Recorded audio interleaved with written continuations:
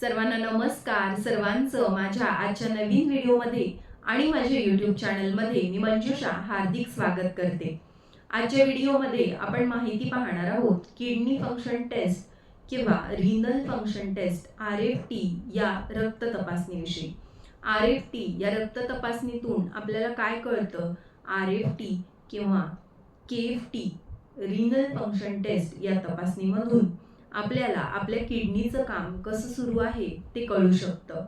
ही तपासणी आपल्या किडनीचं काम व्यवस्थित चालू आहे किंवा नाही हे तपासण्यासाठी केली जाते.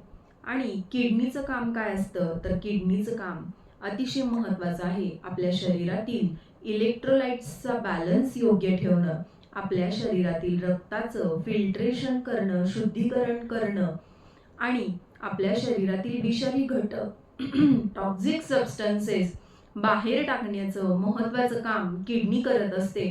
त्यामुळे किडनीचं काम व्यवस्थित चालणं हे आपल्या आरोग्याच्या दृष्टीने फार महत्त्वाचं आहे. किडनीमध्ये ग्लोमेरुलस, नेफ्रॉन्स यासारखे फिल्टर्स असतात. असंख्य फिल्टर असतात. गाळणीसारखे स्ट्रक्चर असतात आणि हे गाळणीसारखे स्ट्रक्चर आपल्या रक्ताचं सतत शुद्धीकरण करत असतात. आणि या शुद्धीकरणामुळेच आपल्या शरीरातील विषारी घटक बाहेर टाकले जातात. आणि रक्त तपासणीमध्ये रिनल फंक्शन टेस्ट किंवा RFT या रक्त तपासणीमध्ये आपल्या शरीरात कुठले विषारी घटक तर नाहीत ना, नको असलेले घटक आपल्या शरीरात नाहीत ना, ते तपासलं जातं. आता हे नको असलेले घटक म्हणजे कोणते घटक? तर क्रिएटिनिन, युरिया, युरिक ॲसिड यासारखे अनावश्यक पदार्थ आपल्या रक्तात आहेत का, आपल्या शरीरात आहेत का, हे रिनल फंक्शन टेस्टमध्ये मोजलं जातं. क्रिएटिनिन हा अतिशय विषारी घटक जो शरीराला अनावश्यक आहे, त्याची पातळी सामान्य असणं हे आपल्या आरोग्याच्या दृष्टीने अतिशय महत्त्वाचं आहे. क्रिएटिनिनची पातळी 0.6 ते 1.3 मिलीग्रॅम पर डेसिलिटर इतकी असणं हे आपल्या आरोग्याच्या दृष्टीने हितकारक आहे.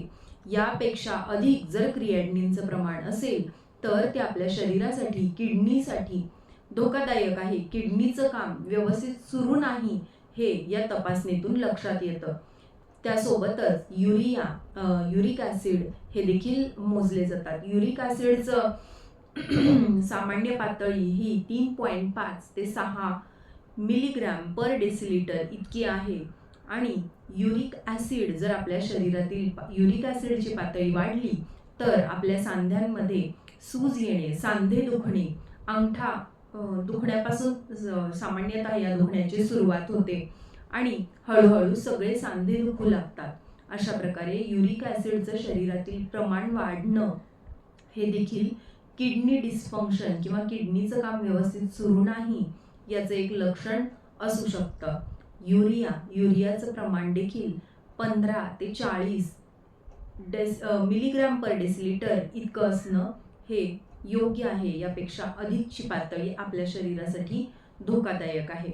ग्लोम्युलर फिल्ट्रेशन रेट म्हणजे एका मिनिटामध्ये किती प्रमाणात रक्त शुद्ध होत आहे हा रेट देखील महत्त्वाचा असतो आणि यावरून देखील किडनीचं काम व्यवस्थित चालू आहे किंवा नाही हे तपासलं जातं. त्यामुळे रिनल फंक्शन टेस्ट किंवा RFT ही रक्त तपासणी आपल्या किडनीच्या आरोग्य तपासण्यासाठी, किडनीचं काम तपासण्यासाठी अतिशय महत्त्वाची तपासणी आहे.